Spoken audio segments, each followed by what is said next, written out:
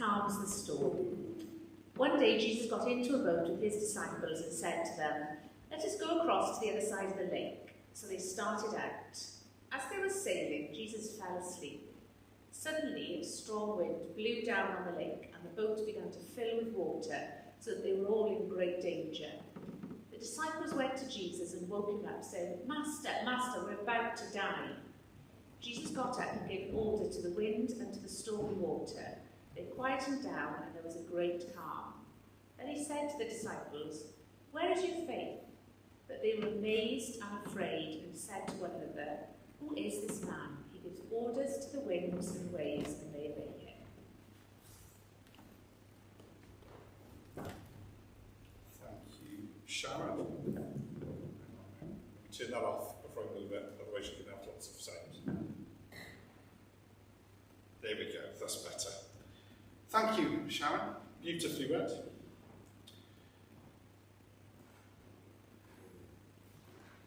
We all face storms in life. Some are sudden and unexpected. Others build up over time. Storms can be external, things like loss, rejection, financial struggles, or health issues. They're things that aren't in our control.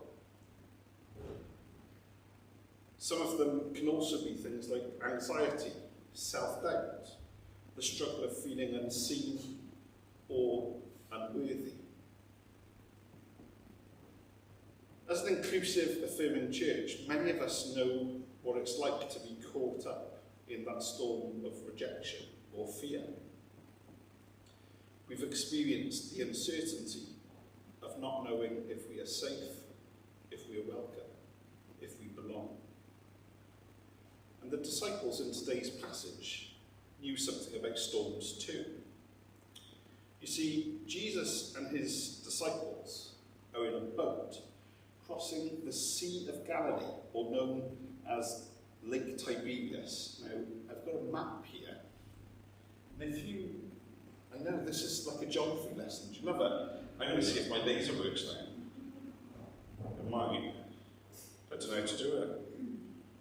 Oh, never mind. I'm going to try doing something that I can't do.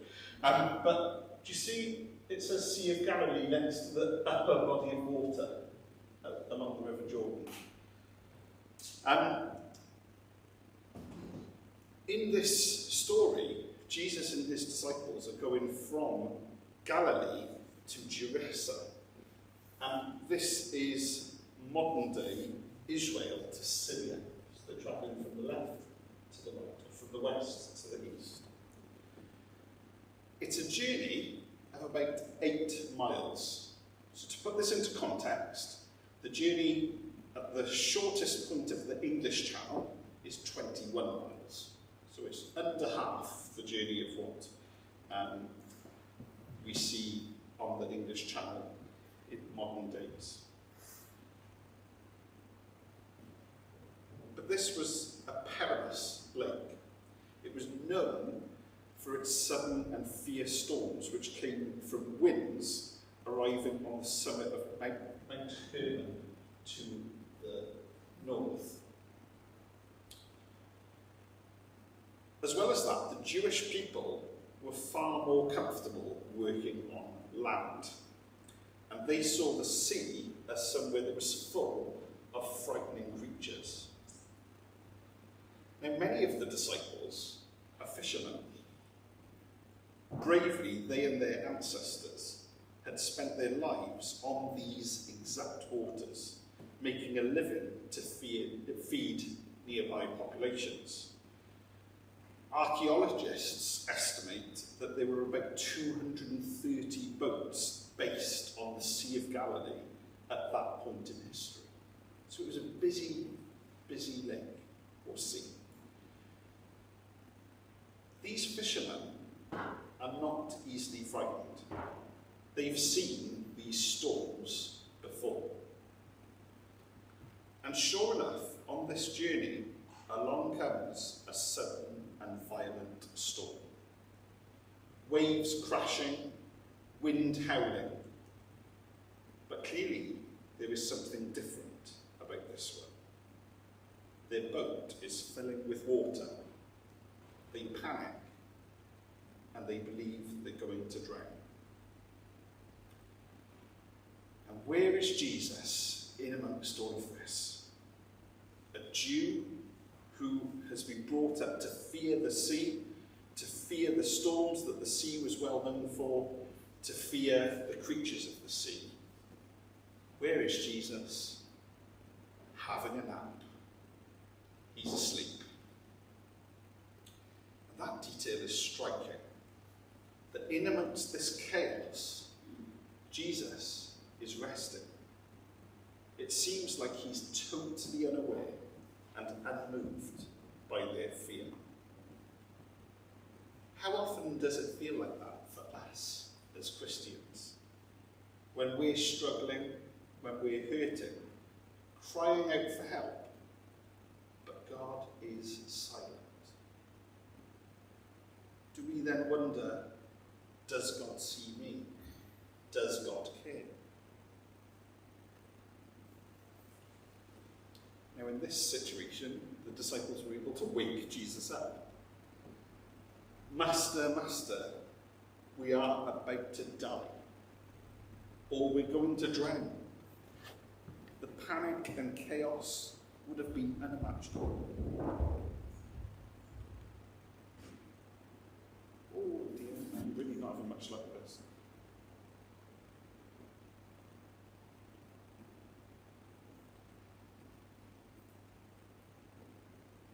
Jesus gets up, rebukes the wind and the waves, and suddenly everything is calm.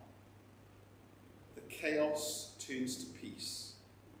The disciples who were just terrified of the storm are now in awe of Jesus. Who is this, they ask. I think my battery's going on here, isn't it? Sorry. Shall I move to this? Sorry. I've just noticed everyone panicking and it's good because you can't hear me. And that's the end. I'm glad you enjoyed that. Can you hear me? Hello? Hello? Hello? That's in one. Oh, there we are. That's better, isn't it? So Jesus gets up, rebukes the wind and the waves, and suddenly everything is calm.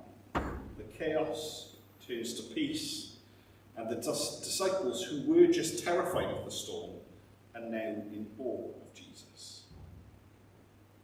Who is this? They ask. Even the winds and the water obey him. And Jesus asks, where is your faith? And let's be clear, this isn't Jesus shaming them. This isn't Jesus going, why are we worried? He's not saying, you should have figured this out for yourself and not woken me up. He's inviting them to trust, to remember that even in the storm, even when things feel out of control, they are not alone.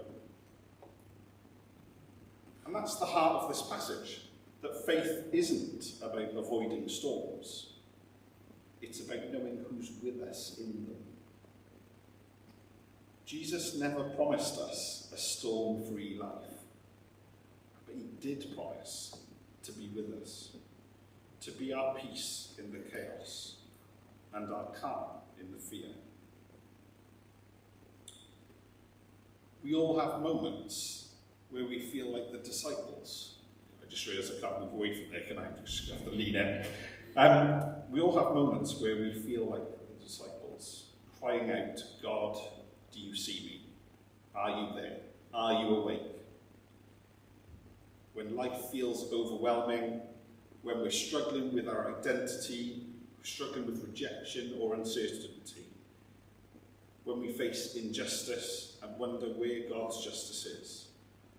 And yet the story reminds us that Jesus is present, even when we don't actually see him at work. When the queer community has faced storms, historically and today, God has always been with us, speaking peace, calling us beloved, reminding us that we belong. And just as Jesus calmed the waves for his disciples, God is still speaking that peace into our storms today. Jesus' question, "Where is your faith?" isn't a rebuke. It's an invitation for us, an invitation to trust that we aren't alone. So whatever storm you're facing, know this, that God is not asleep, that you are not forgotten, and that Jesus is in the boat with you. And that means that no matter how fierce the storm, you are held, you are loved, and you are safe in God's hands. Now, a gathering wouldn't be a gathering without a little discussion, would it? Yeah. Now, you might notice that I didn't earlier make you pick up a Bible to find the passage for yourself. I gave it to you. But instead, I'm giving you 7 questions tonight. Wow. So,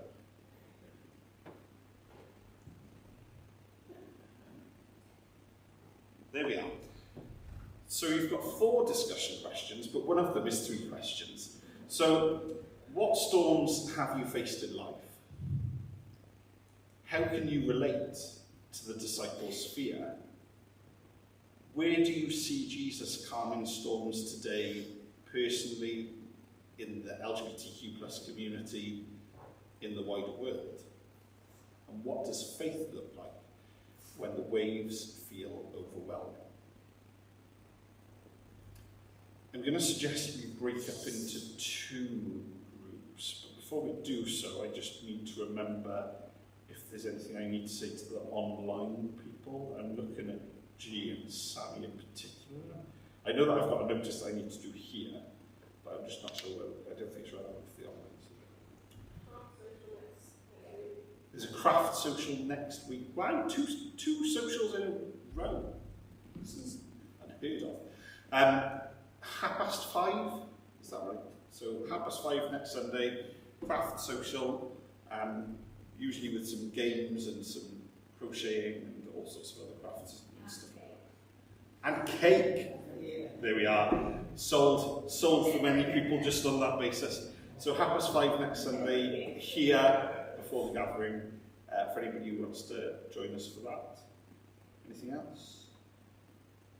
Fabulous. Good night, online people. See you soon.